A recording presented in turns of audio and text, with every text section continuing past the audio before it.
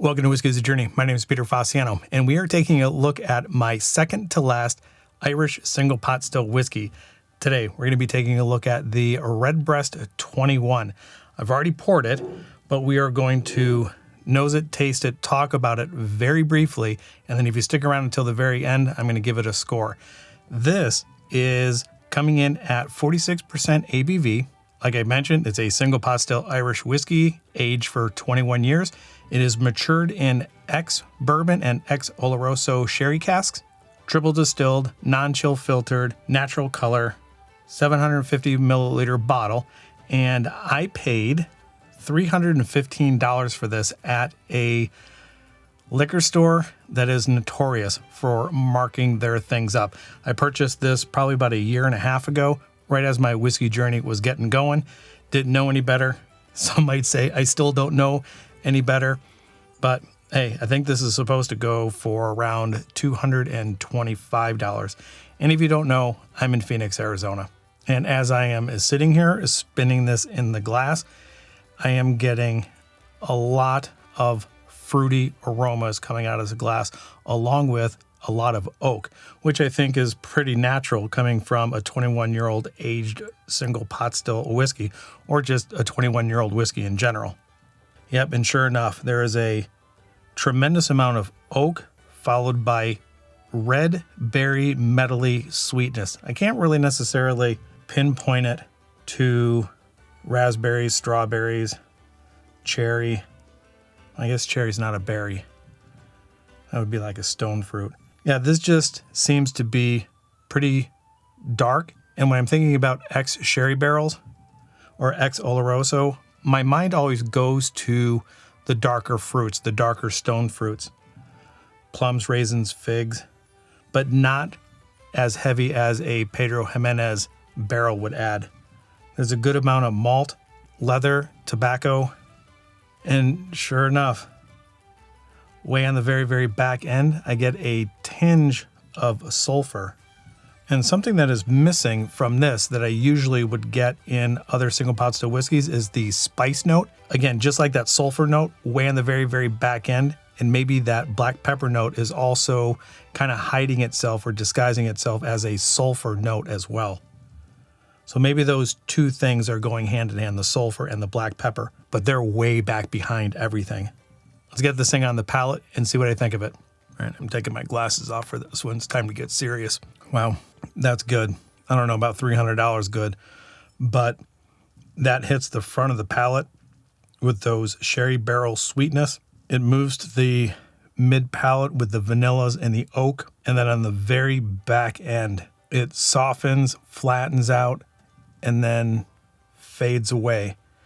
My initial thought would be a medium finish, no sharp edges whatsoever, and the dominant note from that first sip is going to be oak and that berry metally sweetness. And the longer this sits in my mouth, I'm getting the tobacco and the leather.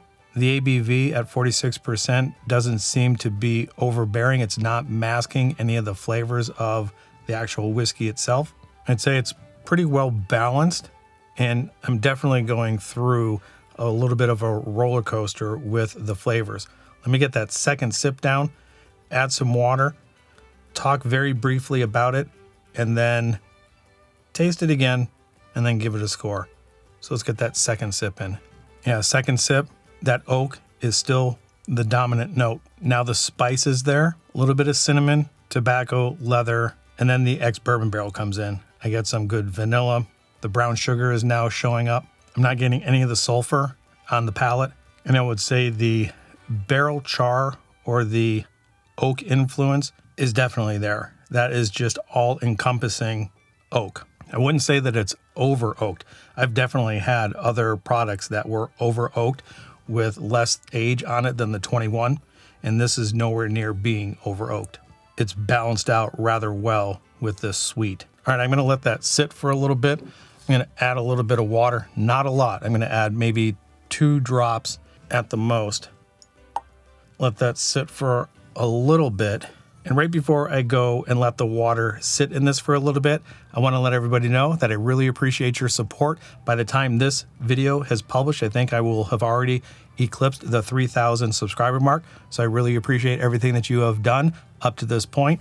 Keep doing it. Keep commenting on the videos. Keep sharing this with anybody that you know in the whiskey world that might get enjoyment out of it. And do me a favor, if you leave a comment in this video specifically, do me a favor and let me know what part of the country you're in, whether you're in the United States or overseas. I'd be interested to hear from you where you're actually at when you're viewing these videos. Really, the only thing that I have to say about this Redbreast 21 is that it re-entered the market back in 2013. If I'm not mistaken. I'm going to put my glasses on here because I got to read a couple of things off this. So back in 2013, this re-entered the market. My specific bottle has a code L918331405. And taking a look at this, I entered it into some sort of database, and it comes out that this bottle specifically was barreled on February 7th of 2019. Doing the quick math, that's barreled in 1997, 1998, someplace around there. So I'm thinking I'm 53 right now. 1997, 1998, what was I? 27, 28 years old when this thing was barreled. Yeah, I guess that's quite a long time ago. So swirling this thing around, mixing this thing around. I'm going to jump forward here a little bit. I'm going to let this sit for about 5 more minutes, not very long, and then I'll jump back in, give it a last taste, and then give it a score. All right, so that wasn't too long, about 7-8 minutes for me. Let's go ahead and get back into nosing and tasting this one with the water, see if it changed anything. If you've been following along in these episodes, you know that as soon as I add water to this, typically what I end up getting is more of a spice on my first sip. All right, that brought out more of the sulfur. I thought the thyme in the glass with the water would definitely disguise that. But now it's oak and sulfur. I don't know if that's any good. But everything else is still there. It's almost basically exactly the same as before. That red fruit medley, the oak, little vanilla, tobacco, leather. But now the only thing different there was a little bit more of that sulfur. Let's get it on the palate. All right. A little bit of a floral note is now showing up. It's not as vibrant. It's slightly flat. I do have a good amount of spice now. That amount of water, just those 2 drops, actually brought the spice out. My initial thought is I like it without water, and even that small, tiny amount of water changed it. So as I go through and smell this, in my head, I have 2 big notes that I search for: sweet and spice. And when I say sweet, I start thinking about fruit sweetness, candy sweetness, sugar sweetness, like maple syrup kind of stuff.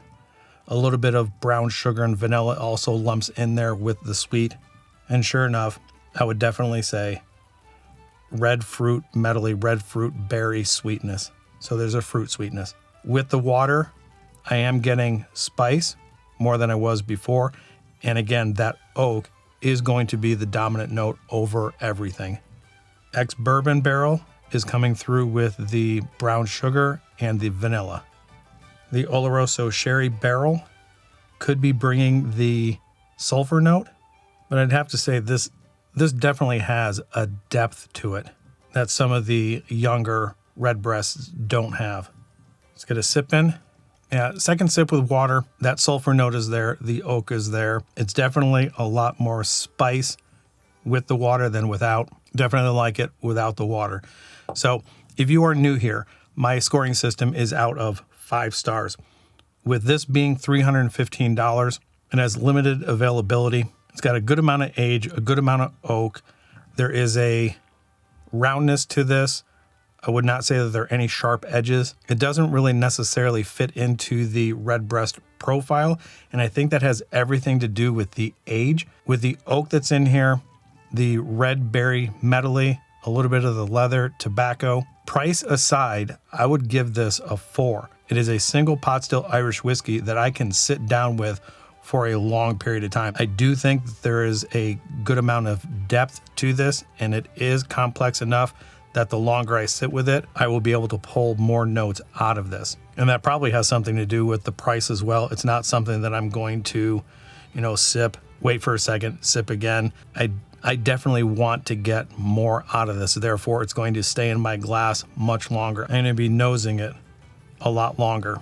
Now, all of that being in my head, now putting price in, and now thinking about the other Redbreast in the lineup. I don't think it's a $315 whiskey. And with the profile being so much different than the other Redbreast, the 15, the 12, the 12 cask strength, and even though the oak in here is good and it's balanced with the sweetness, I am going to put this at 3.75. It is really good. It is really expensive. And like I had mentioned, price aside, I would have given this a 4. But because of the other things that I mentioned, the amount of oak and how off profile this is, and with me having the 12 cask strength as one of my favorite single pot still Irish whiskeys, period, I can't rate this one up there that high. So with that, 3.75, I think that's a fair rating for my system. What do you think? Let me know in the comments down below if you have had Redbreast 21.